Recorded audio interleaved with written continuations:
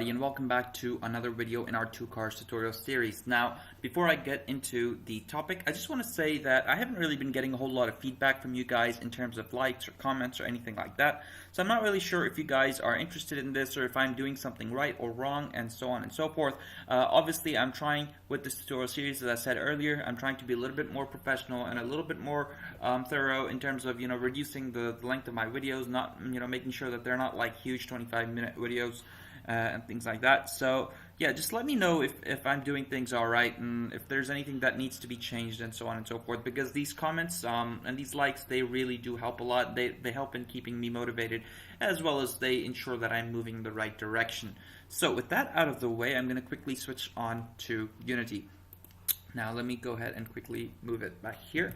Okay, so at the end of the last video, you would have had something like so. Now, the only difference in between your version might be the fact that the cars are falling through the road as they were at the end of the last video. So the reason for that was simply because I had attached a rigid body onto both of my cars. Now, rigid bodies deal with gravity, and therefore they were falling through the road. At the moment, I do not think that we need the rigid bodies, so I've gone ahead and I've removed the rigid bodies, and things seem to be working just fine. Once you've done that, and hopefully you have everything working the way it should be, in this video we're going to be dealing with the movement of the cars. So by the end of this video, or maybe the next one or two videos, I'll try and keep it short, each video. So you should have something like so. So you notice when I clicked on the right side of the screen, the right car moves, and on the left side, the left car moves. Okay, so without further ado, go ahead in your scripts folder, create a new script called car movement. And go ahead and attach that script onto both the cars. Now, before looking at the code for the script, I want to talk about, as always, I want to talk about what we're going to be trying to do. So let's look at some of these public variables, which we will deal with very shortly, to try and understand what the script is actually doing. So, in the car movement script, there is a float variable called speed.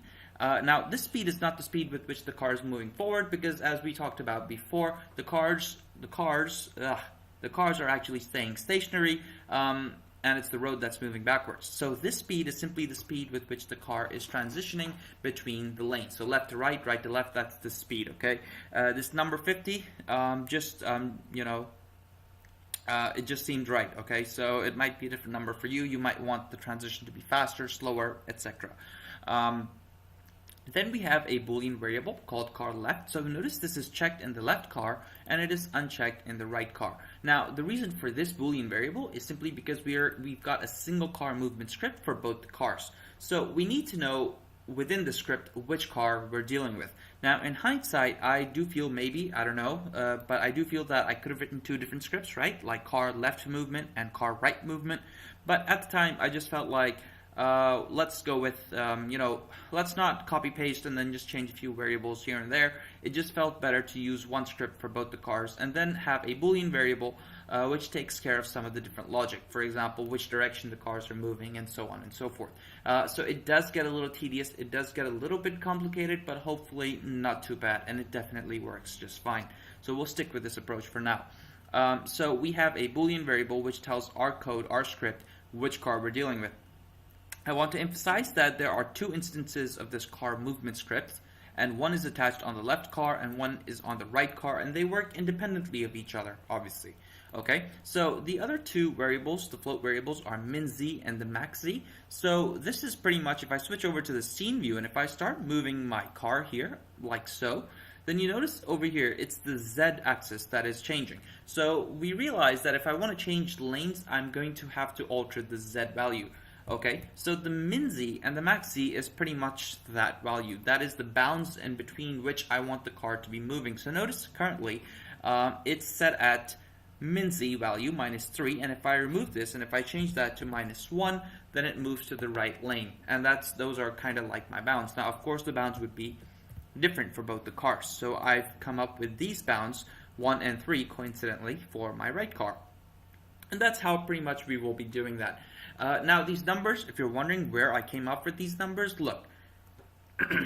game development is a lot of endless tweaking. I've said this before, and these values, they came about as a result of me testing, okay? So if you're following exactly what I'm doing, and if everything is perfectly matching for you, then these values should hypothetically work for you as well. But, you know, maybe if your origin is a little bit different, or if you're using different assets or different cards or different roads, then you would have to find out which values work for you. It's the logic which we need to work on, but these values, they just came about as a result of me testing and tweaking, and I decided to copy them.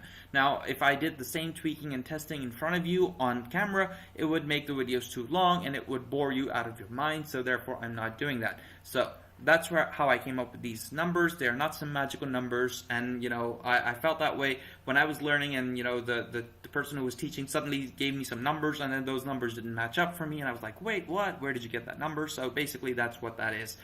They are just simple numbers which I tested and seemed to work. So that's pretty much the logic for what we're going to be doing, and I hope that makes sense. So this min z and the max z are the bounds in between which the cards will be moving.